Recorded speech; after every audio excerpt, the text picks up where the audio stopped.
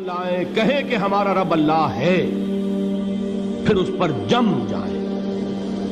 ان پر فرشتوں کا نزول ہوتا ہے، نہ کوئی غم کرو نہ خوف، خوشیاں مناؤ جنت کی جس کا تم سے وعدہ کیا گیا تھا۔ اللہ کی ربوبیت پر اطمینان جب انسان کو ہو جاتا، میرا رب اللہ ہے، ربی اللہ، انسان کے لیے نہ کوئی کھٹکا، نہ کوئی خطرہ، نہ کوئی خوف، نہ کوئی حزن۔ جو کچھ ہو رہا ہے کس کے اذن سے ہو رہا ہے؟ اللہ کے اذن سے۔ اللہ کے اذن کے بغیر پتا تک نہیں ہلتا۔ یہ کوئی اندھا بہرا مادہ نہیں ہے جس سے مجھے کوئی خوف ہو۔ اندھا بھینسا چلا آ رہا ہو اس سے تو ڈرنے کا ہر انسان کو ڈرنا چاہیے، نہ معلوم کس کو ٹکر مار دے۔ لیکن نہیں، اس کائنات کو چلانے والا ایک سمیع و بصیر خدا ہے۔ وہ جو میرا دوست ہے، میرا ولی ہے۔ اللہ ولی الذین آمنوا یخرجہم من الظلمات الی النور۔ اللہ اہل ایمان کا ولی ہے، ساتھی ہے، پشت پناہ ہے، مددگار ہے، حمایتی ہے۔ بتائیے جسے یقین ہو جائے کہ اللہ میرا مددگار، اللہ میرا محافظ، اللہ میرا پشت پناہ، اللہ میرا حمایتی، اس کے لیے کوئی خوف ہوگا؟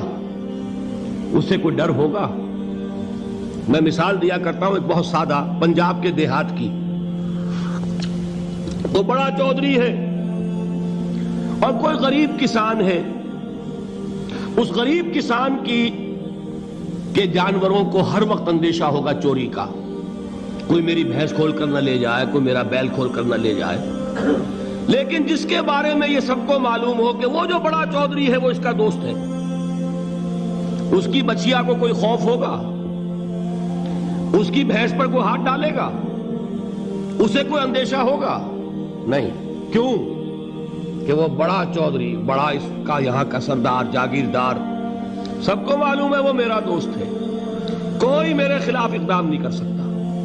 اس دنیا میں یہ چھوٹی سی بات اگر آپ کے دلی اطمینان اور سکون کا باعث بن سکتی ہے تو ذرا تصور کیجئے۔ میں لفظ تصور استعمال کروں گا صرف اس لیے کہ اس کا ہم جس کو کہتے ہیں ادراک اور شعور کر نہیں سکتے، اگر کے ساتھ کر سکتے۔ اگر یقین ہو کہ اللہ میرا مددگار اور یقین ہو کہ اللہ ہر آن میرے ساتھ ہے، پھر کوئی خوف؟ کس کا خوف؟ کوئی شے اللہ سے بالا تر ہے؟ کوئی قوت اس سے زیادہ طاقتور ہے؟ کوئی اس کے ارادے کو بدلنے والا ہے؟ کوئی اس کی مشیت کے آڑے آنے والا ہے؟ یہی بات ہے جو حضور نے فرمائی۔ یہ ایمان کا حاصل ہے لب لباب، کہ دیکھو اچھی طرح اس بات کو ذہن نشین کر لو، اگر تمام انسان مل کر تمہیں کوئی نقصان پہنچانا چاہے نہیں پہنچا سکتے، مگر جو کچھ اللہ نے لکھ دیا ہو، اور تمام انسان مل کر تمہیں کوئی نفع پہنچانا چاہے نہیں پہنچا سکتے، مگر وہ شے جو اللہ نے طے کر دی۔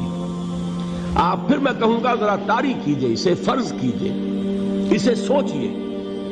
اگر اس حدیث پر ہمارا دل ٹھکا ہوا ہو تو کسی سے ڈر ہوگا؟ یہ مجھے نقصان نہ پہنچا دے، یہ میری رپورٹ خراب نہ کر دے، یہ میری انکریمنٹ نہ رکوا دے، یہ میرا یہ نہ بگاڑ دے، یہ میرے یہ نقصان نہ پہنچا دے۔ اس کا ڈر، اس کا ڈر، اس کا خوف، اس کی خوشامد، اس کے لیے جا کر طرح طرح سے اپنی عزت نفس کو ذلیل کروانا اس کے سامنے۔ یہ سب کچھ کیوں کرتا ہے انسان؟ جب سمجھتا ہے کہ اس کے ہاتھ میں میرا کوئی نفع ہے، اس کے ہاتھ میں میرے لیے کوئی ضرر ہے، یہ مجھے کوئی غضب پہنچا سکتا ہے، یہ مجھے کوئی نقصان پہنچا سکتا ہے، یہ میرا کوئی کام بنا سکتا ہے، یہ میری کوئی ضرورت پوری کر سکتا ہے، اسی کا نام شرک ہے۔ جہاں آپ نے یہ سمجھا کہ غیر اللہ کے اندر کوئی طاقت موجود ہے، وہی شرک ہے۔ بتوں سے تجھ کو امیدیں، خدا سے نومیدی، مجھے بتا تو صحیح اور کافری کیا ہے؟ شرک تو یہ ہے جس پر بھی تمہیں یہ خیال ہے۔ کلمہ ہے یہ کلمہ سوم، لا حول ولا قوت الا باللہ۔ ذرا اس پر دل کو کبھی اگر آپ تصور کریں، پھر فرض کریں، دل ٹھک جائے اس پر، کوئی طاقت نہیں۔ یہی بات تھی جو شیخ عبد القادر جیلانی رحمۃ اللہ علیہ نے اپنی وصیت میں اپنے بچے سے کہی.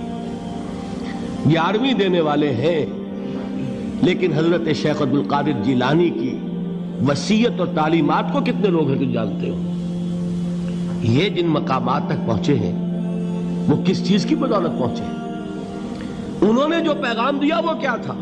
اے میرے بچے، جس طریقے سے قرآن مجید میں حضرت لقمان کی نصیحتیں جو ہے نقل کر دی گئی ہیں، میں یہ عرض کروں گا بالفرض اگر قرآن حضرت عبد القادر جیلانی کے بعد نازل ہوا ہوتا تو شیخ عبد القادر کی یہ نصیحتیں بھی قرآن میں درج ہوتی. اتنی اونچی نصیحتیں ہیں.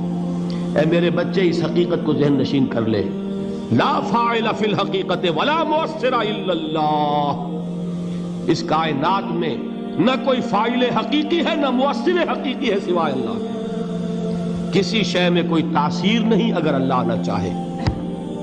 آگ جلا نہیں سکتی اگر اللہ نہ چاہے. پانی ڈبو نہیں سکتا اگر اللہ نہ چاہے. زہر ہلاک نہیں کر سکتا اگر اللہ نہ چاہے. کوئی چیز فائدہ نہیں پہنچا سکتی اگر اللہ نہ چاہے.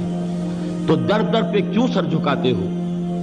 در در پر کیوں جبیں سائی کرتے ہو؟ سب کے سامنے کیوں ہاتھ پھیلاتے ہو؟ ایک اللہ سے مانگو. ایک اللہ کے سامنے زمین پر اپنی جبین رکھو. لا فاعل فی الحقیقت ولا مؤثر الا اللہ. نظر آتا ہے ہمیں کہ پانی پیاس بجھا دیتا ہے. پیاس بجھانے کی صلاحیت پانی میں نہیں ہے، اللہ کے اذن سے. کھانا بھوک مٹا دیتا ہے، بھوک مٹانے کی صلاحیت کھانے میں نہیں ہے، اذن رب میں. دیکھیے یہی یقین تھا. حضرت موسیٰ علیہ السلام کا واقعہ یاد کیجئے. سامنے سمندر آ گیا ہے، قوم دیکھتی ہے پیچھے کہ گرد و غبار کا طوفان ہے.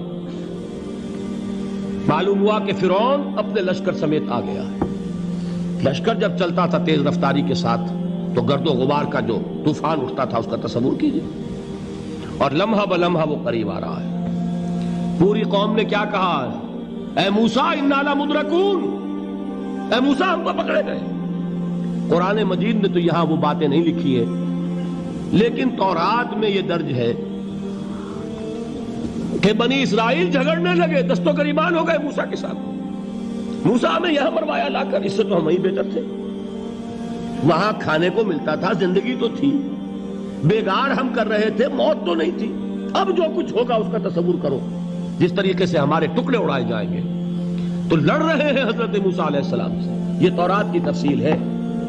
قرآن میں صرف اتنا آیا ہے، پریشان ہو کر انہوں نے کہا انا لمدرکون، موسیٰ ہم تو پکڑے گئے. اس وقت موسیٰ کا جواب کیا ہے؟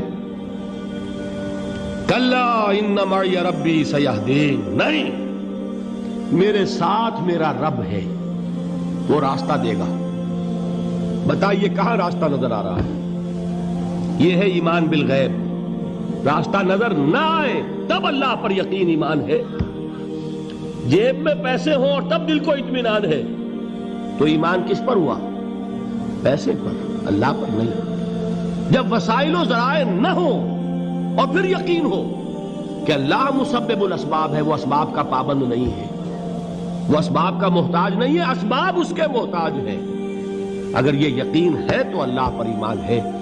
یہ نہیں ہے تو تمہارا ایمان اسباب پر ہے، وسائل پر ہے، ذرائع پر ہے، مادیات پر ہے، اللہ پر نہیں. اس وقت کہاں راستہ تھا؟ کوئی راستہ تھا؟ سمندر ہے اور ادھر سے لشکر آ گیا ہے. کلا ان معی ربی سیہدین. اب دیکھیے ایمان کہہ دینا آسان ہے، ہوا معکم اینما کنتم، جہاں کہیں بھی تم ہوتے ہو اللہ تمہارے ساتھ ہوتا ہے. لیکن اس کا یقین قائم ہو جائے تو زمین و آسمان کا فرق واقع ہو